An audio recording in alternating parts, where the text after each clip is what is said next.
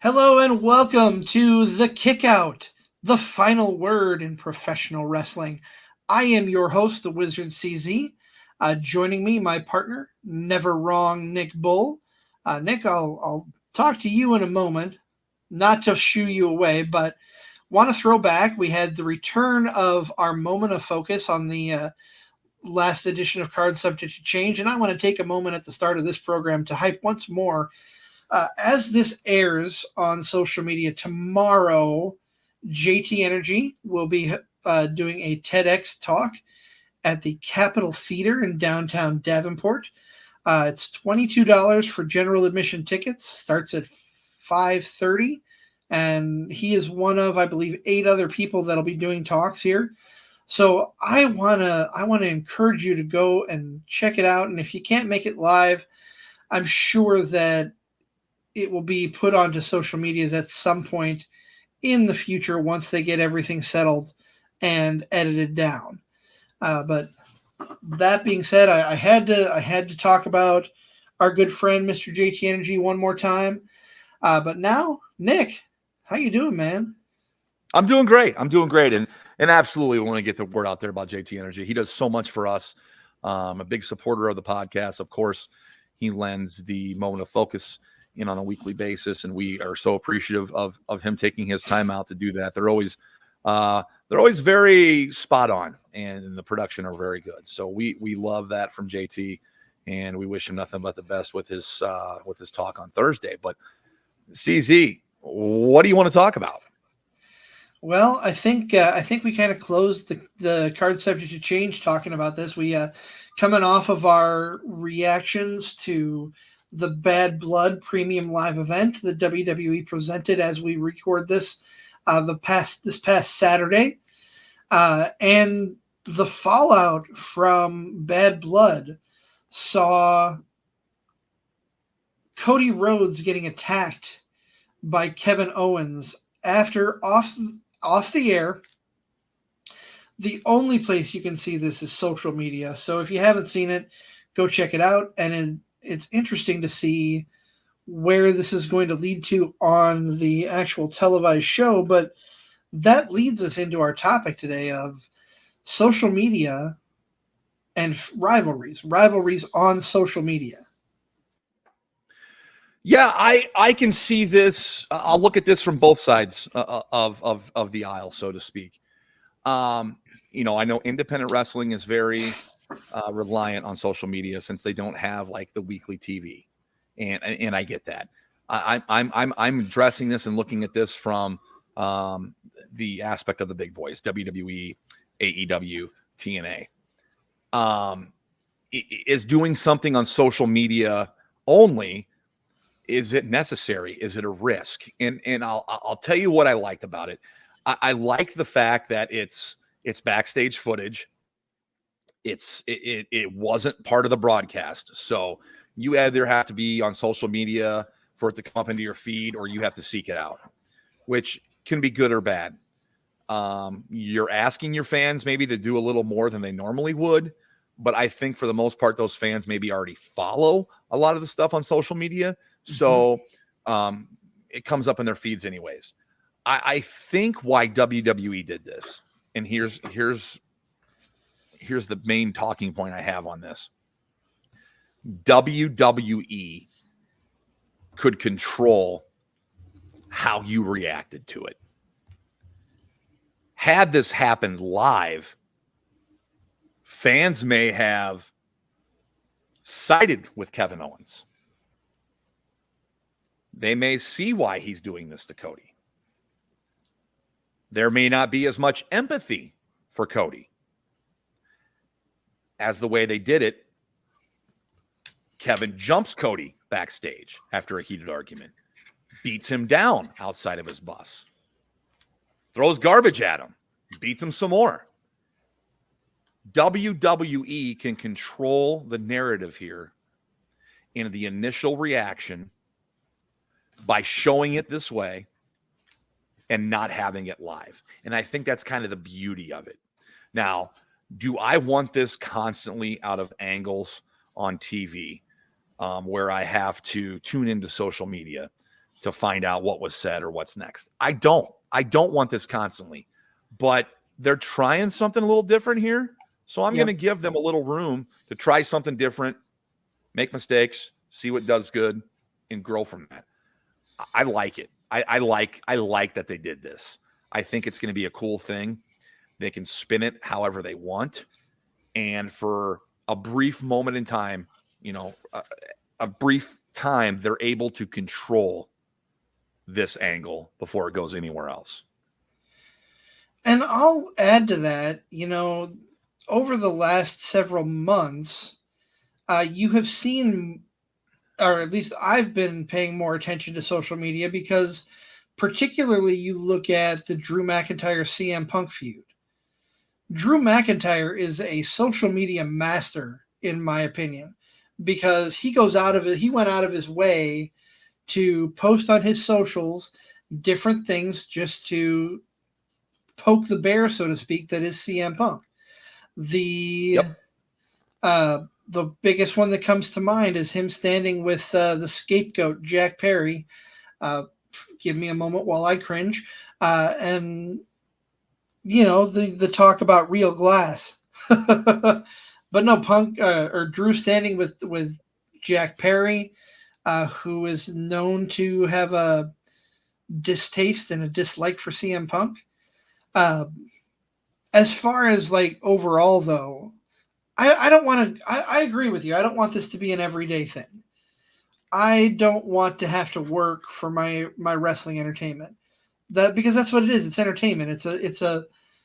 It's a departure from your real life.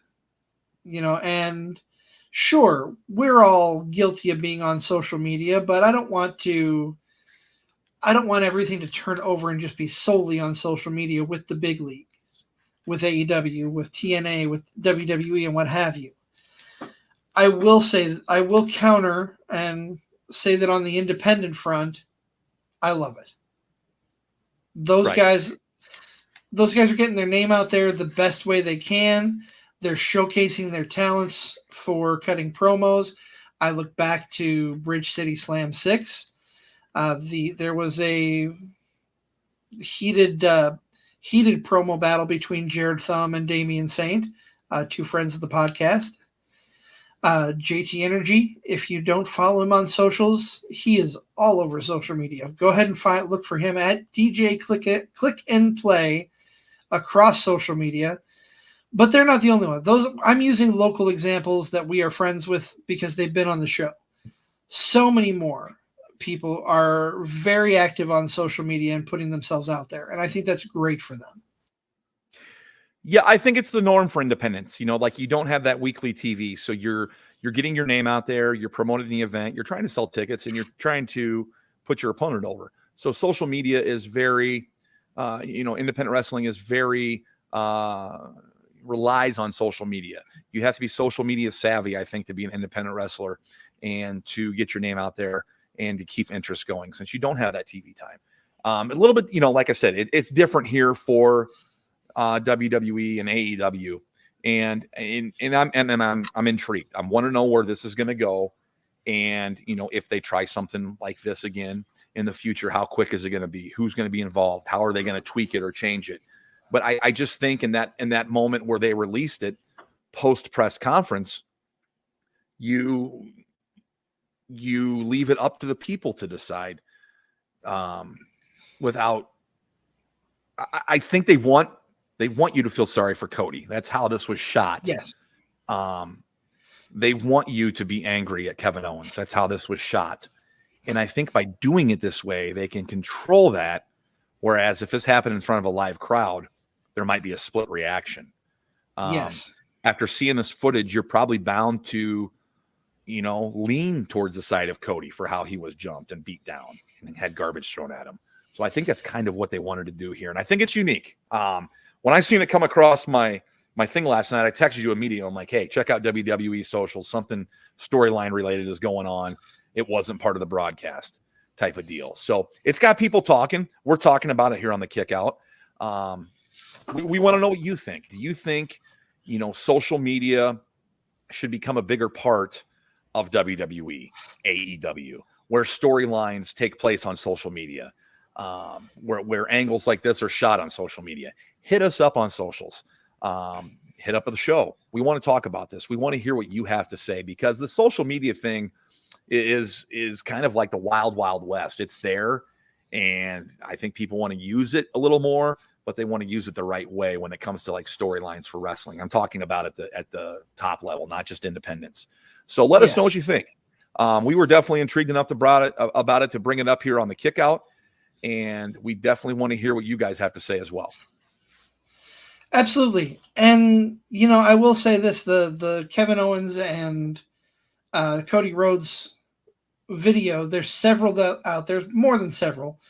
The video that I watched, I don't know if it was something that WWE had produced on their own, if it was just a random fan, but they definitely steered you towards siding with Cody, because you hear the fan in the background, Kevin, what the F are you doing? Yes. It's getting a reaction. So it worked. Let's see what they do next. It got a reaction. It's got people buzzing. It's got people talking. It's people seeking out their social media sites, which is what they want. So it's working so far. Let's see where it goes here in the coming weeks. And I'm sure we'll have more to add to it. I have no doubt. And at the end of the day, it's whether you're on the big leagues or in the indies, it definitely is putting eyes on you, putting eyes on the product. And that's, at the end of the day, that's a good thing. Our good friend Joe Monroe always says, shut up and enjoy wrestling. And I agree. This is another way to shut up and enjoy wrestling. Before we close this out, CZ, we want to let the people behind the curtain here and let them know what's coming up next on the Card Subject to Change podcast. That's true. We do. We will be rebroadcasting at our normal time on Sunday. The reason I say rebroadcasting is because I will be in Waterloo on Saturday evening for Absolute Pro Wrestling. I believe the event is called Showdown. Jason Prentice will probably yell at me for not knowing the name 100%. Sorry, Jason, but you can beat me up when I'm get there. Just don't throw me in the cage. Nick, you, I know, announced last week that you will be at a college visit with your oldest son. Congratulations to him. I hope that goes well, and I'm anxious to hear the outcome. But I know that Wrestle Dream is this weekend. We will not be reviewing that, not because we are steering away from AEW, just because neither one of us are really going to have a chance to watch it before we broadcast. And with the pre-show podcast party 2, I don't want to put more on my plate than I have to. I will say this. I want to give a shout out to Zach Takis of Shotgun Wrestling Radio. He will be joining me on Saturday, filling in for Never Wrong Nick Bull as we do the pre-show party up in Waterloo. And I'm excited. I'm excited for a good weekend in wrestling, and I can't wait. I don't think I have ever seen a live cage match. So I'm super stoked for that. Yeah, I am bummed I'm not going to be able to get to see that, but we'll live vicariously through the podcast and hearing your firsthand detail of it. I'm looking forward to that. So next week will be a rebroadcast of the pre-show podcast party from Waterloo for Absolute Pro Wrestling. We look forward to that. We look forward to hearing what you guys have to say. Like, follow, subscribe. Let us know what you want to hear about on the Kickout. Let us know if you think the social media thing is going to work for WWE. Let us know. Hit us up. We love to hear from you guys. Until then, for the Wizard CZ, I am Never Wrong Nick Bull, and this is the Kickout, the final word in wrestling.